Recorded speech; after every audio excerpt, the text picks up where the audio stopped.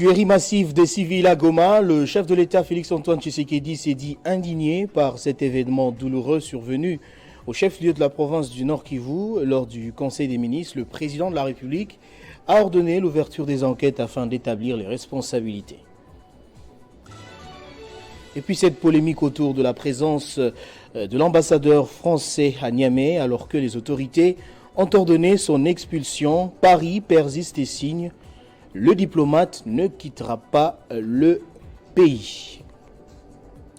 Nouveau journal sur Télé 50, bienvenue à tous. Après le gouvernement de la République, le chef de l'État, Félix-Antoine Tshisekedi, a lors de la réunion du Conseil des ministres exprimé à son tour son indignation sur la manifestation meurtrière de Goma ayant coûté la vie à plus de 40 personnes. Selon le porte-parole du gouvernement, le président de la République s'est exprimé avec effroi et colère et consternation.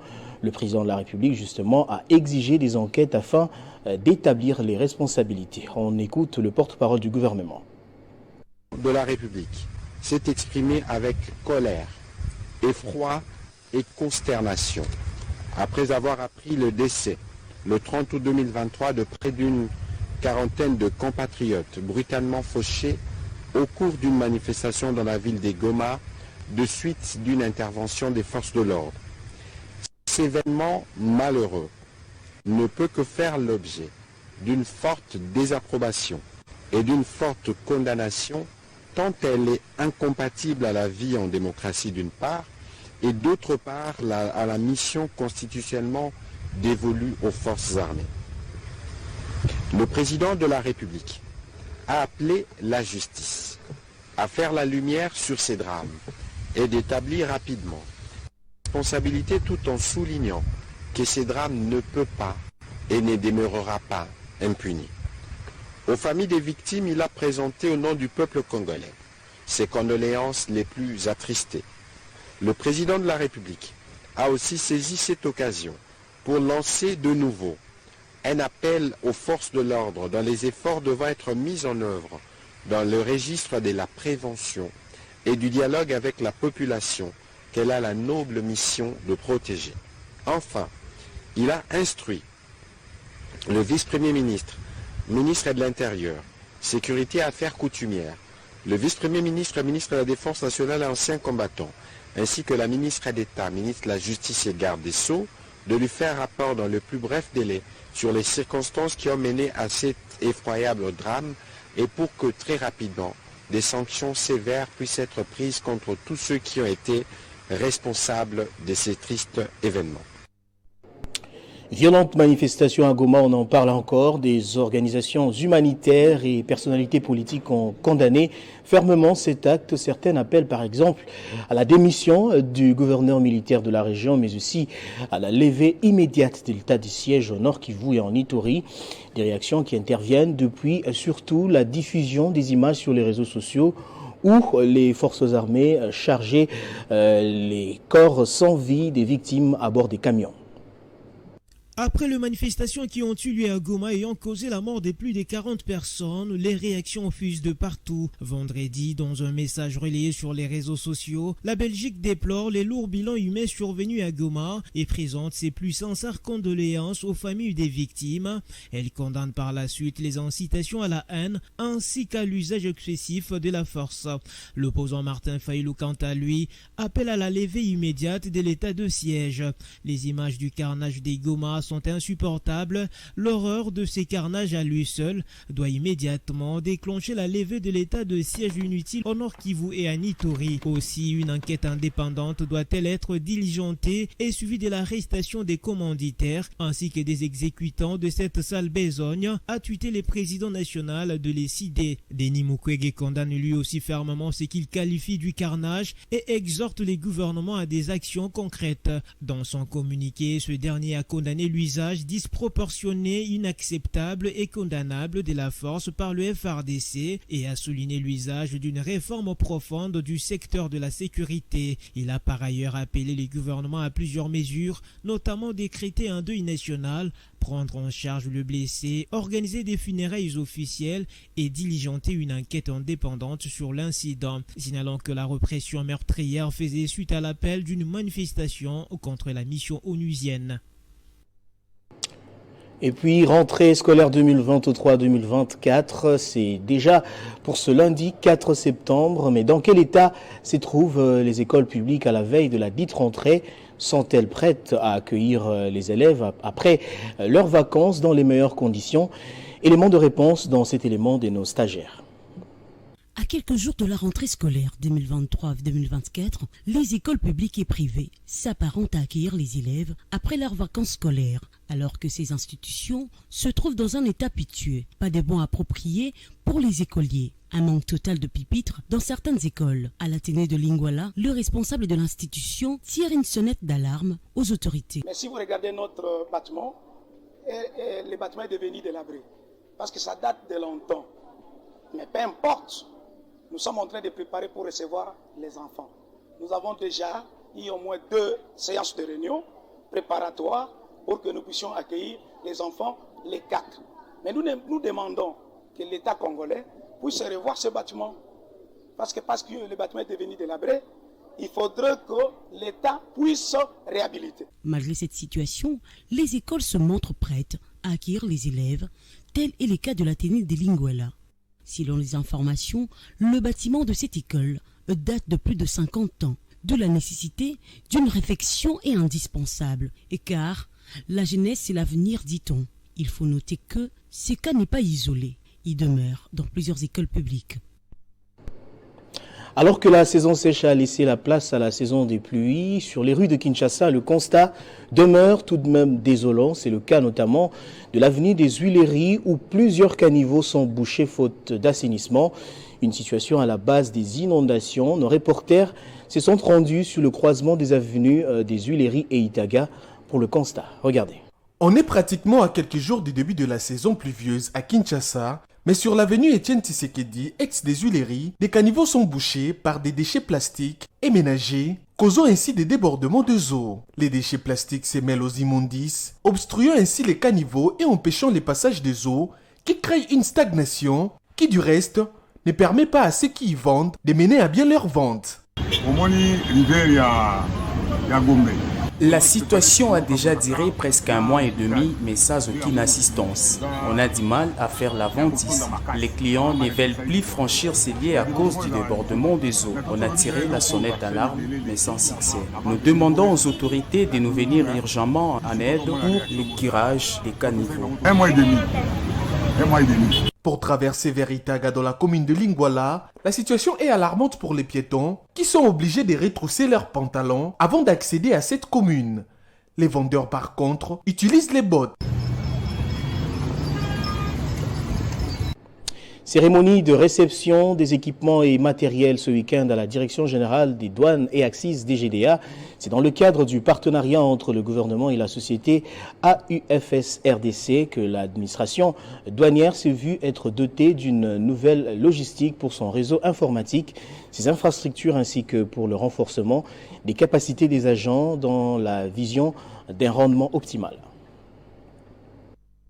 Les équipements que Africa Union Financial Service AUFS, son sigle, a remis à la DGDA ce vendredi visent à renforcer les capacités opérationnelles de la douane dans le domaine de la technologie et pour assurer une collecte maximale des recettes. La société Africa Union Financial Services s'est engagée à la mise en application scrupuleuse des 4 piliers principaux sur lesquels s'appuient ces partenariats avec les gouvernements de la République démocratique du Congo, à savoir la mise en œuvre des systèmes intégrés incluant le pont bascule, scanner, système de surveillance et de contrôle aux frontières, ainsi que d'autres supports informatiques liés à Sidonia.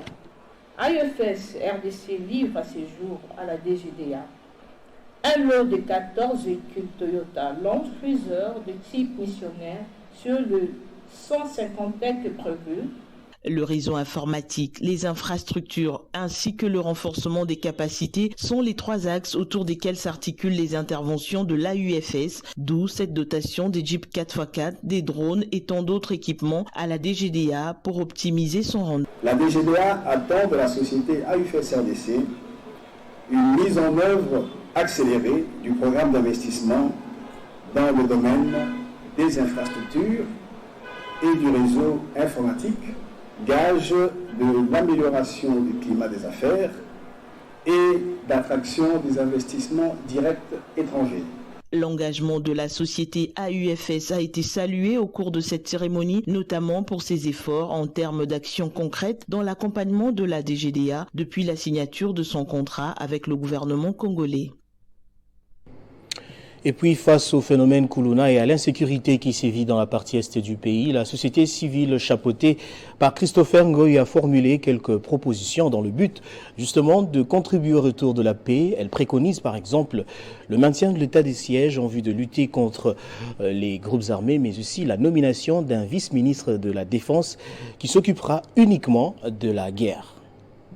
Vu la balkanisation, la complaisance policière ainsi que le laxisme judiciaire concernant le phénomène Kuluna, pourtant illustration parfaite du banditisme urbain.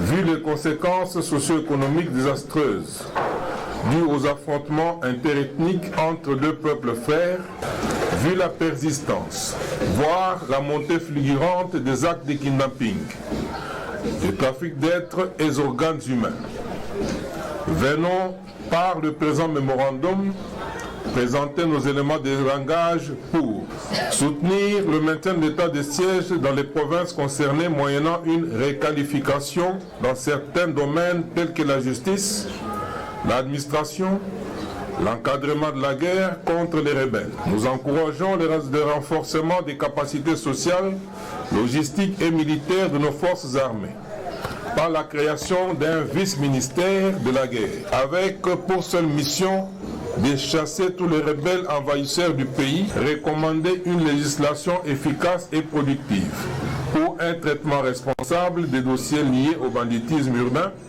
à la criminalité, réclamer l'imposition d'un système de géolocalisation à tous les transporteurs publics, encourager les recherches et études scientifiques pour un bon suivi et une bonne documentation statistique sur la problématique du banditisme en République démocratique du Congo. Polémique sur la question du départ de l'ambassadeur de France à Niamey alors que le régime militaire a ordonné son expulsion immédiate du pays et celle des troupes françaises. Paris ne l'entend pas du tout de cette oreille. Le président français Emmanuel Macron a demandé aux diplomates français en poste à Niamey de ne pas quitter le pays, qualifiant le pouvoir actuel d'illégitime. Mais jusqu'où ira cette affaire? On voit cela dans cet élément. Malgré les multiples annonces d'expulsion de l'ambassadeur français à Niamey, la France s'obstine de quitter le Niger, dont le pouvoir en place est constitué des militaires. Cette décision appuyée par la population n'inquiète aucunement Paris. C'est depuis le 25 août dernier que le régime militaire à Niamey avait donné 48 heures aux diplomates français pour quitter le pays. C'est que Paris a refusé, arguant que ces gouvernements étaient illégitimes et n'avaient aucune autorité pour fonder une telle requête. Après une semaine de l'ultimatum, le régime actuel a instruit les services de police de la nécessité de procéder à l'expulsion de l'ambassadeur français du pays. Aussi les Fronts patriotiques pour la souveraineté du Niger, indignés par les réactions de la France, a qualifié les diplomates français des citoyens français en situation irrégulière s'opposant à la volonté du peuple nigérien. C'est depuis 2 jours que le colonel Amadou Abdourahmane, lors de la lecture d'un communiqué dans lequel la CNCP a dénoncé les accords de défense avec la France et demande par la même occasion le départ des troupes françaises du Niger. Enfin, les portes du stade Tata Raphaël sont ouvertes pour accueillir les matchs de la 29e édition de la Ligue nationale de football. Hier, les membres du CONOR, de la COGE et du ministère des Sports ont visité ce stade mythique avant le match de ce dimanche qui mettra aux prises des CMP aux Aigles du Congo. Toutes les dispositions utiles ont été prises ce vendredi lors de la réunion tenue entre le représentant du ministre François Kaboulo-Mwana Kaboulo, le président du CONOR, Dieudonné Sambi, les membres de la commission de gestion de la Ligue nationale de football et le comité de gestion du stade Tata Raphaël de la Quétule afin de faire jouer le match du championnat d'élite au sein de ces stades mythiques à partir de ce dimanche 3 septembre. Nous avons reçu l'autorisation d'utiliser de nouveau le stade de Tata Raphaël pour les compétitions de la Ligue Foot. Nous sommes arrivés ici avec l'autorisation de son Excellence le ministre pour voir avec Madame la gestionnaire du stade quelles sont les dispositions utiles et techniques à préparer avant que le championnat ne débute. Albert Nkongolo Béa, conseiller du ministre François Kaboulou Mona Kaboulou en charge des sports, a renchéri en ces termes. Nous avons constaté tous qu'effectivement le ministre a accordé avec son collègue des ITP, ils ont accordé de céder le stade pour l'ouverture du championnat. Mais nous avons tous ensemble constaté qu'il y a encore des travaux à faire. Qu'en pense la commission de gestion de la Ligue nationale de football?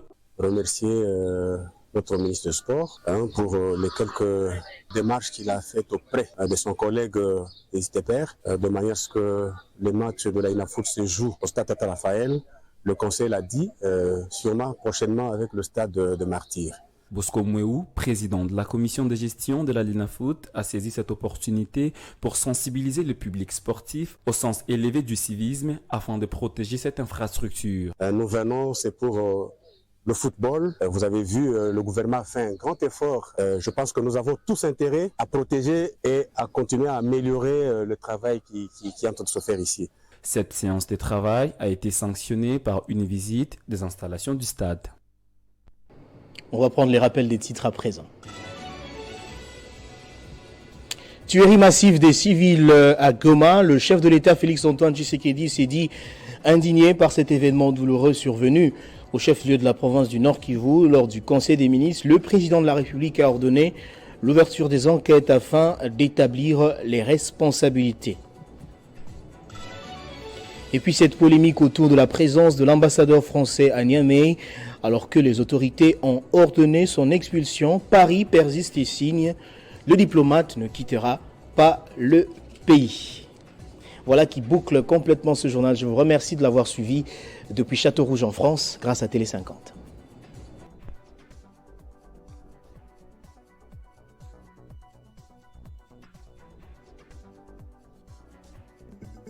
Retrouvez toute l'actualité en continu sur www.tele50.cd.